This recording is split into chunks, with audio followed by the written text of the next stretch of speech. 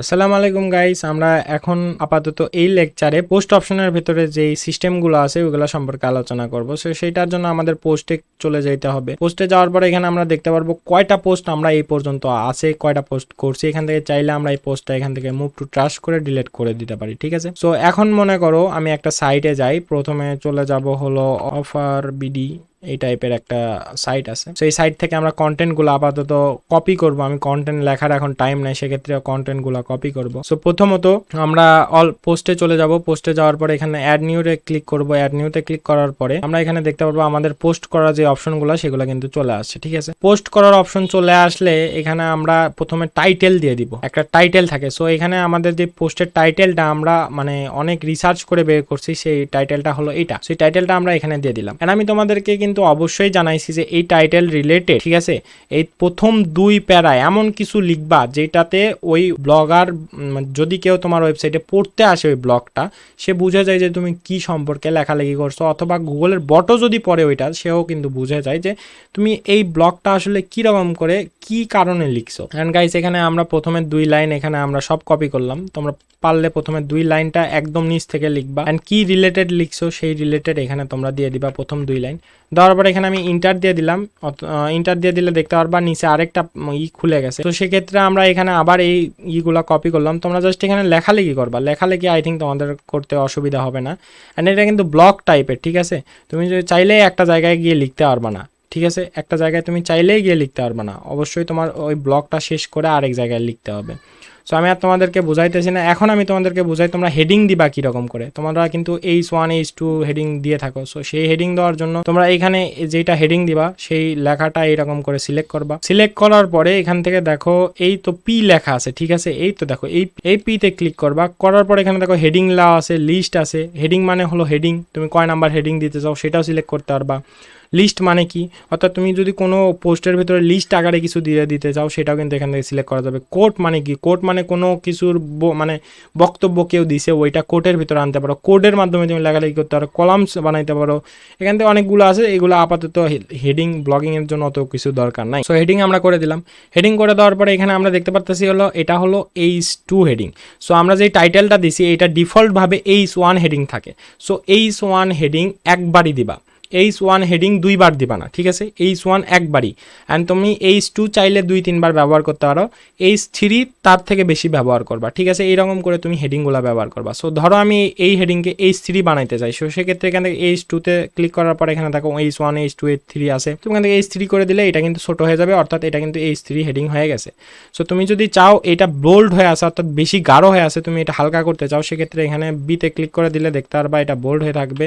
And আবারও select করার পরে তুমি যদি এটাতে আবারও ক্লিক করো তাহলে দেখতে পারবা এটা হালকা হয়ে যাবে। আপাতত এটা হেডিং আছে, সেই ক্ষেত্রে হালকা হইতেছে না। সো এখন আমি তোমাদেরকে ইন্ট্রোডাকশন করে দেই যে তুমি কোন জিনিসটার সাথে কীরকম করে হ্যান্ডেল করবা।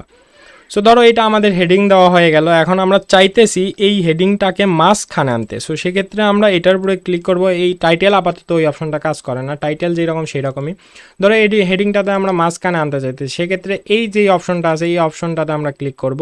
ক্লিক করার পর অ্যালাইন সেন্টার করে দিলে এই অপশনটা মাঝখানে চলে আসবে। তুমি যদি এখান থেকে অ্যালাইন রাইট করে দাও তাহলে রাইট সাইডে চলে আসবে, অ্যান্ড এখান থেকে লেফট করে দিলে লেফট সাইডে চলে আসবে, ঠিক আছে। সো আমি সেন্টার করে দিতেছি, সেন্টারে এটা থাক। সেখান থেকে আমি সেন্টার করে দিই। সেখান থেকে তুমি যদি চাও এখান থেকে এটার উপরে লিঙ্কও লাগাইতে পারো। লিঙ্ক লাগানোর জন্য যেই টেক্সটের উপরে তুমি লিঙ্ক লাগাবা অথবা যেই ফটোর উপরে লিঙ্ক লাগাবা, এখানে দেখো লিঙ্কের অপশন আছে, এখানে ক্লিক করে দেওয়ার পরে যে লিঙ্কটা তুমি লাগাইতে চাও সেই লিঙ্কটা এখানে পেস্ট করে দিবা। ধরো এখান থেকে আমি এটার উপরে লাগাইতে চাই হলো youtube.com। সো youtube.com আমি এখান থেকে সিলেক্ট করে দিলাম। সো youtube.com দেওয়ার পরে ওপেন ইন নিউ ট্যাব, অর্থাৎ আরেকটা ট্যাবে ওপেন হবে ক্রোমের আরেকটা ট্যাবে। সো এখান থেকে আমরা এটা ইমবেড করে দিলাম। সো এটা লিঙ্ক হয়ে গেল। সো এখন আমি চাইতেছি এখানে লিস্ট অ্যাড করতে। সো এই পিতে ক্লিক করবে, এখান থেকে লিস্ট অ্যাড করতে চাই। এখন আমি লিস্টের ভিতরে লিখতে চাই, প্রথম লিস্ট হলো শিহাব, তারপর আমার আরেকটা বন্ধুর নাম লিখতে চাই, আরেকটা বন্ধুর নাম লিখতে চাই, আরেকটা বন্ধুর নাম লিখতে চাই। সো এরকম করে তুমি লিস্ট আকারে লিখতে পারো। অ্যান্ড তুমি যদি এটা লিস্ট আকারে না লিখে 1-2 আকারে লিখতে চাও তাহলে এখানে দেখো সকল কিছু এখানে এইটুকুর মধ্যেই থাকবে। সো এখানে দেখো 1-2 আকারে লিখতে চাই, 1-2 হয়ে গেছে সব। অ্যান্ড এখান থেকে তুমি যা যা করতে চাও সকল কিছু কিন্তু এখান থেকে করতে পারবা ইজিলি। অ্যান্ড তুমি ধরো এখানে একটা টেবিল অ্যাড করতে চাও, তাহলে তুমি কীরকম করে অ্যাড করবা? এই টেবিল টুবিল যত যা আছে সকল কিছু অ্যাড করার জন্য প্লাস আইকনে ক্লিক করতে হবে, ওপরের এই প্লাস আইকন। এটাতে ক্লিক করার পর তুমি যেটা আনতে চাও, এখানে ধরো আমি এখানে টেবিল আনতে চাই, সো সেই টেবিল আনার জন্য এখানে আমি সার্চ করবো টেবিল। সো টেবিল সার্চ করে দেখো টেবিল চলে আসতেছে। সো টেবিলের ভিতরে আমরা এই টেবিলে ক্লিক করলাম, ক্লিক করার পরে এখানে আমরা যদি আসি, এখানে আমাদেরকে দুইটা র আর দুইটা এখানে কলাম দিতে বলতেছে। কলাম মানে কি, কলাম হলো পাশাপাশি, র হলো টান, সোজা টান। সো সোজা টান থাকবে হলো দুইটা, আর কলাম থাকবে হলো তোমার তিনটা দেওয়ার পরে এখানে ক্রিয়েট টেবিলে ক্লিক করি।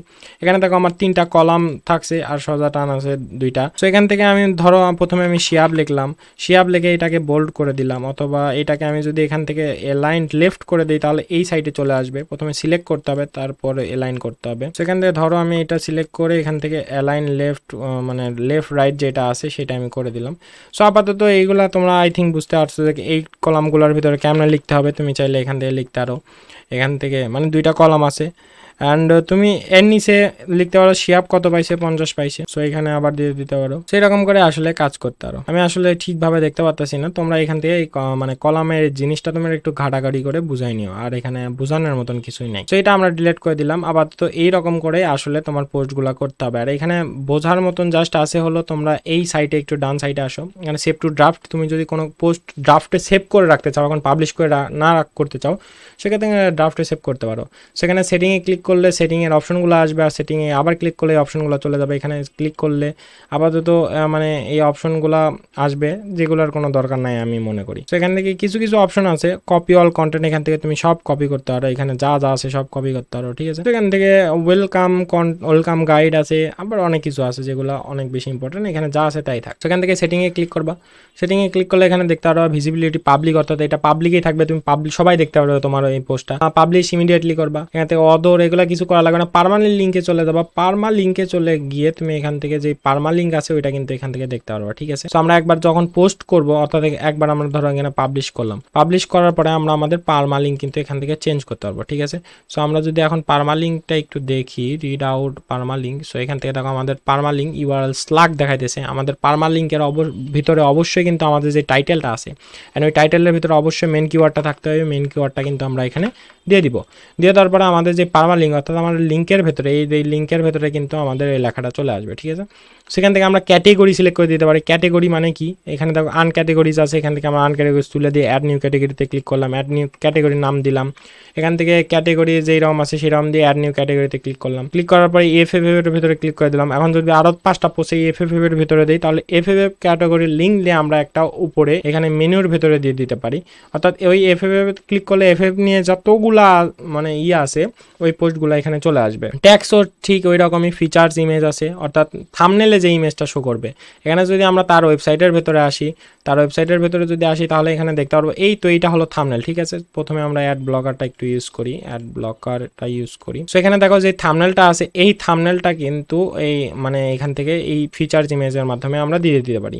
তারপরে স্পেক্ট আছে, স্পেক্ট এখানে দিতে পারি, ডিসকাশন এগুলোর কোনো দরকার নেই।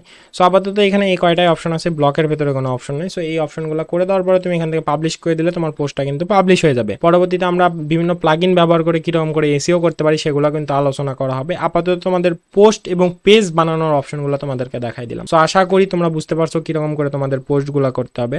সো আজকের মতন এইটুকুই, তোমরা একটু ঘাটাঘাটি করে বুঝে নিও। আর যদি তোমরা কোনো কিছু আনতে চাও, কোনো প্লাগইন ইনস্টল করে ওই প্লাগইনের অপশনগুলো আনতে চাও, সেক্ষেত্রে এখান থেকে তোমরা সকল কিছু পেয়ে যাবা, ঠিক আছে।